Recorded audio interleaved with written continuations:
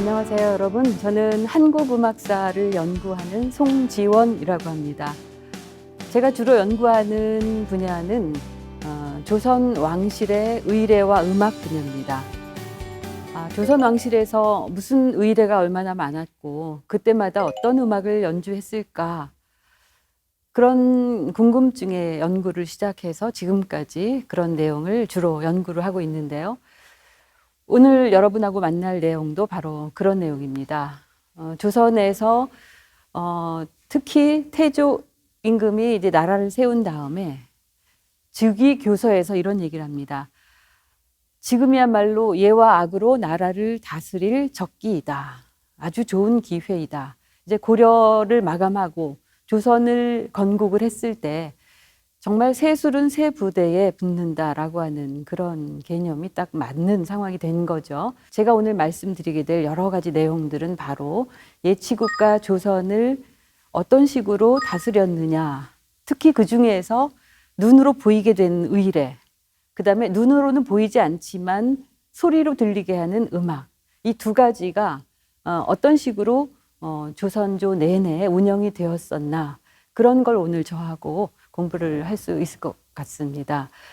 예치국가를 표방을 했고 유교적인 이상국가를 만들어 보겠다. 아주 거대한 포부를 가지고 태조가 즉위를 하죠. 논어에 나오죠. 흥어시 이버예 성어악이라. 시에서 뜻을 일으키고 이버예, 예에서 뜻을 세우고 성어악, 악에서 인격이 완성된다.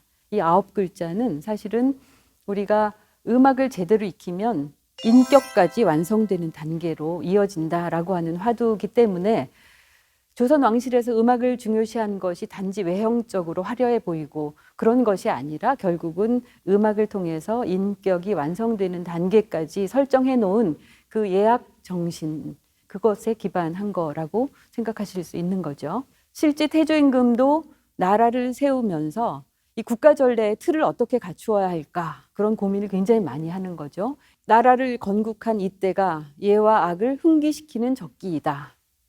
이 정도전이 이 조선 경국전 전문에 이런 이야기를 하죠.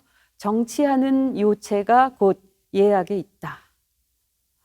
굉장히 엄청난 화두죠. 예와 악만 있으면 나라가 다스려질까요? 거기 형벌제도도 있어야 되고 뭐 정치도 정말 잘해야 되는데 왜 예와 악을 그렇게 앞에 내세웠을까요? 예와 악은 정말 상보적인 관계를 이룹니다. 예가 너무 승하게 되면 인심이 떠납니다. 너무 형식만 강조하게 되고 규율만 강조하다 보면 마음이 빠져나가죠. 그래서 거기에 필요한 것이 바로 악이었던 것이죠. 그래서 악으로 예를 조화시키는 그런 방식으로 예와 악을 조선을 세우면서부터 굉장히 강조하게 되고요. 조선 왕실에서 행해졌던 중요한 의례들에는 전부 음악이 들어갑니다.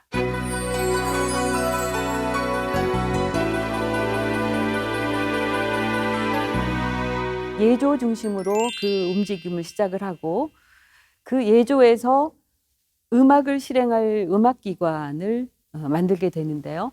종묘와 제사, 종묘 같은 제사를 담당하는 기관인 아학서, 그다음에 연향을 할 때 그 음악을 연주해야 할 전학서, 전학서라는 곳, 그다음에 춤이 필요하거든요. 일무라고 하는 그 일무를 담당하는 봉상시라는 기구를 둡니다. 또 하나 악학이라고 해서 음악을 연구할 기관을 또 하나 더 두게 되죠. 마지막 하나가 여성이 주인공인 연향을 할 때 연주를 담당할 사람들, 그런 사람들을 관습도감이라는 곳에서 맡았습니다. 굉장히 복잡하죠. 왜 이렇게 많은 음악기관이 필요했을까? 이제 세조 임금이 이거 너무 복잡하다, 개혁을 하자. 그래서 이제 두 기구로 축소를 하고 결국 최종적으로는 하나로 축소를 합니다. 바로 장학원, 음악을 담당한 기관, 이런 의미죠. 1466년에 이 장학원이라고 하는 그런 기구를 출범시키고, 이 장학원이라는 기구는 조선조 내내 우리 국가 음악기관을 대표하는 기구로 존속을 합니다. 물론 예외는 있습니다. 연산군 때. 연산군 때에는 국가음악기관이 예와 악을 위한 기관이라기보다 연산군의 어떤 예술적 실현 기구처럼 작동을 했습니다. 그래서 연산군 때를 제외한 431년 동안 장학원이라고 하는 음악기관은 조선조 내내 존속하게 됩니다. 국가음악기관 장학원에 그러면 어떤 사람들이 소속이 돼 있어서 어떤 사람들이 무엇을 했을까를 좀 알아야 될 것 같습니다. 그래서 기록을 보면 아악악사는 2명, 악생은 297명, 그리고 후보생 100명. 엄청나죠? 소각악사, 당악과 향악을 담당한 악사 2명, 악공 518명, 그리고 10명당 후보생 1명. 거기에다가 또 있습니다. 노래를 담당하는 꼬마, 가동이라고 해요. 10명. 그 다음에 선상기라고 해서 지방에서 일이 있을 때 뽑혀 올라오는 그 여성 예능인들 150명. 그리고 해민서 소속 의녀들도 때에 따라서는 그 춤을 담당을 했습니다. 결국 장학원이 관장하고 있는 음악인의 인원수를 후보생까지 다 계산을 해보니까 1141명이라는 인원이 나옵니다. 성종대 기준입니다. 경국대전에 나오는 인원수. 자, 법전에 이렇게 음악기관의 음악인의 숫자까지 정확하게 기록해 놓은 것은 그만큼 조선 사회에서 예와 악의 중요성은 굉장히 컸다. 예와 악이 우리가 보통 즐기고 노는 거라고 생각을 많이 하죠. 사실은 조선시대에는 전혀 차원이 달랐죠. 음악이라는 것은 사실은 인격의 완성 단계까지 갈 수 있는 그런 화두를 제시하는 것이 음악이었습니다. 어쨌든 경국대전에 이렇게 음악인의 인원수들까지 다 기록을 해놨고, 그렇다면 거기에 소속돼서 일하던 사람들의 인원수 말고 하나하나가 어떤 직급의 사람들이 어떤 일을 했을까? 이것을 이제 좀 높은 신분부터 보기로 하죠. 자, 이제 가장 높은 신분이라고 하면 장학원 제조입니다. 제조. 종1품, 정2품, 종2품 정도의 문신이 겸직을 하게 됩니다. 이들은 전부 과거 시험을 보고 요즘으로 말하면 고위공무원들에 해당하는 사람들인 거죠. 장학원 제조는 장학원이 맡고 있는 모든 음악과 관련된 총체적인 책임을 지는 사람입니다. 그래서 국가 행사가 있을 때 음악이 제대로 연주가 되나, 춤은 제대로 추고 있나, 또 국가 비상사태가 있을 때 악기들이 전부 흩어지고 없어졌을 때 그 악기 제대로 만들고 있나, 음악 제도가 제대로 운영되고 있나, 조선의 악학이 무너지려고 한다, 악학을 좀 제대로 세워하지 않겠느냐, 악학 부흥의 노력도 합니다. 가장 대표적인 사례를 든다면 여러분 잘 아시는 악학괴범의 저자 성현이라는 사람이 있죠.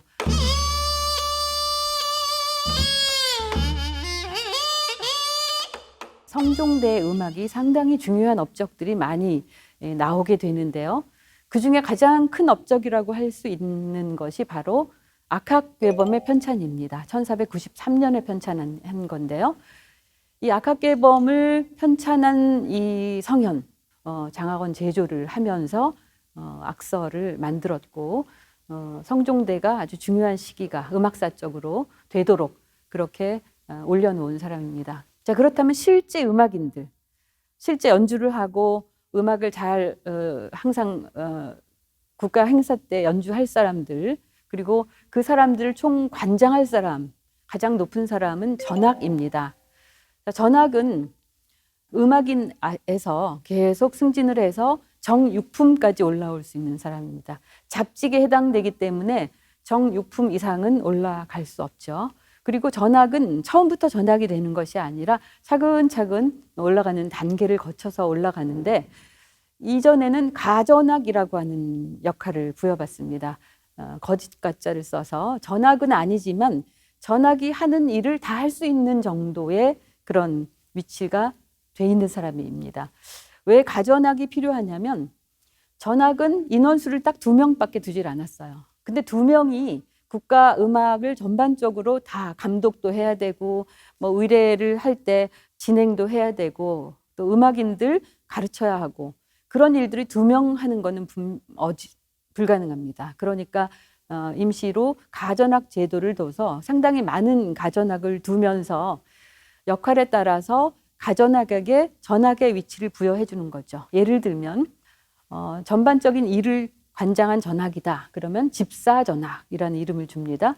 집박전학은 음악을 처음 시작할 때와 끝날 때 연주를 지켜보면서 박으로 신호를 줍니다. 그게 바로 집박전학인데 일종의 지휘자 역할인 거죠. 그다음에 악기 제작을 해야 될 일이 있을 때 악기를 감조한단 말이죠. 그럴 때는 감조전학.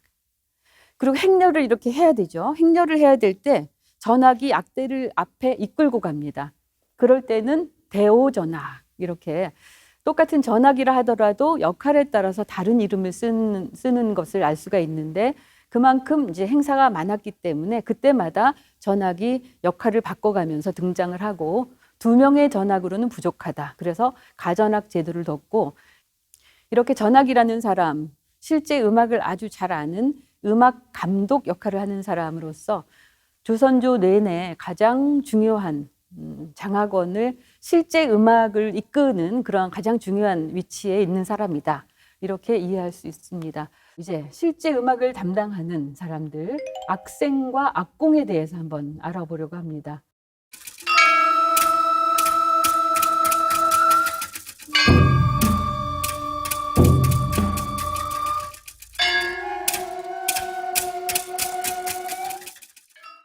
이들은 실제 음악을 연주를 했기 때문에 이들한테 가장 중요한 것은 자기 전공 악기를 계속 연마를 하는 거겠죠. 그런데 악생과 악공, 이 두 사람들은 신분이 달랐습니다. 악생은 양인에서 선발을 하거나 악생의 자제에서 뽑습니다. 그런데 악공은 공천 출신입니다. 이게 신분이 천민이에요. 그래서 예를 들면 내가 악공인데 악생이 하는 음악을 연주하고 싶다. 그건 불가능합니다. 그런데 반대로 악생인데 악공이 연주하는 음악을 하고 싶다. 그러면 그건 가능합니다. 신분이 더 낮은 것을 지원하는 거기 때문에 그 악공과 악생이라고 하는 두 집단이 결국은 조선의 모든 행사 음악, 그 국가 의례 음악을 전부 담당을 했습니다. 자, 그러면 이들이 자기 직업에 대한 프라이드? 자존감? 이런 건 얼마나 있었을까? 좀 궁금해지죠. 사실은 이들은 제가 어떤 책에서 3D 업종이라는 표현을 썼는데요. 굉장히 대우가 안 좋았습니다. 이 악장 등록을 보면 악생이나 악공들이 일종의 상소문 같은 거를 통해서 올리기도 해요. 우리 월급이 너무 작습니다. 한 달에 배 한 필 가지고는 먹고 살기 힘듭니다. 입에 풀칠하기도 힘드니 대우를 좀 올려주세요. 라고 하는 그 악장 등록의 기록이 1723년 기록에 나옵니다. 그래서 이들은 정말 먹고 살기 힘들었겠구나. 그런 이유가 있습니다.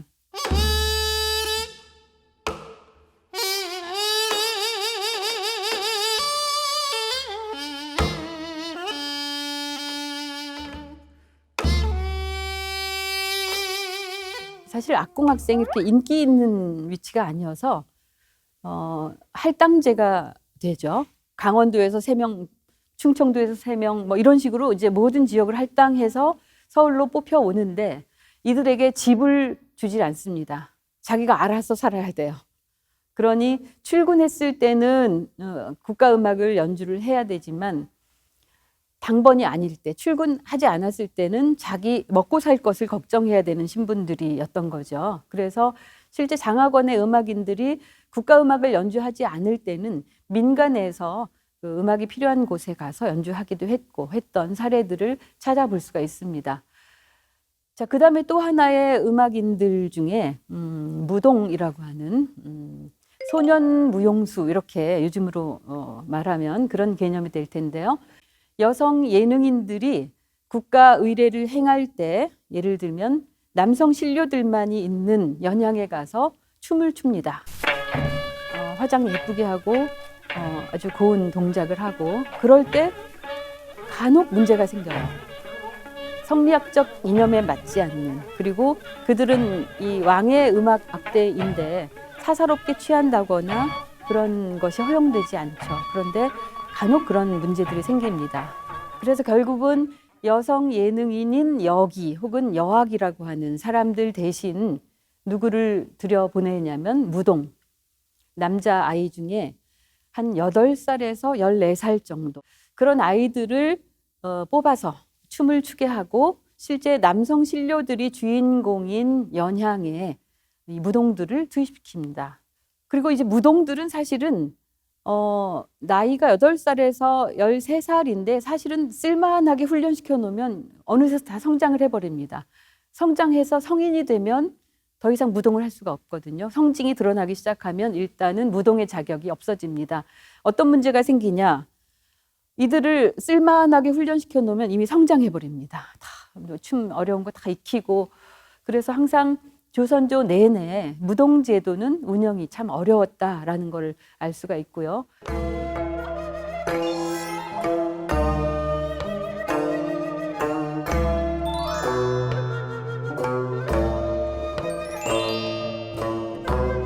경국대전에 보면 악공, 악생들의 시험 규정이 낱낱이 제시가 되어 있습니다. 이들에게 아무한테나 시험 볼 수 있는 자격을 주지 않았습니다.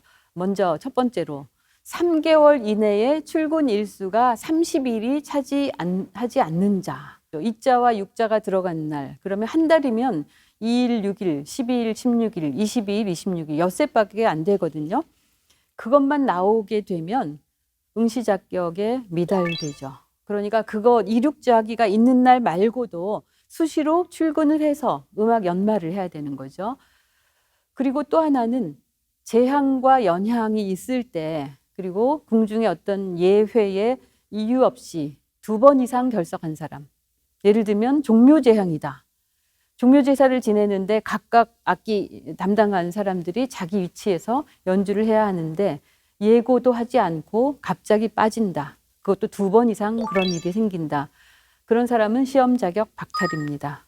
그래서 3개월 이내에 출근 일수를 30일을 넘기기 위해서는 아무리 출근을 안 한다 해도 한 달에 10번 이상은 최소한 출근해야 합니다. 그래서 출근 일수가 또 많은 사람한테는 시험 자격도 부여하고 그런 방식으로 해서 출근을 독려했다는 걸 알 수가 있습니다.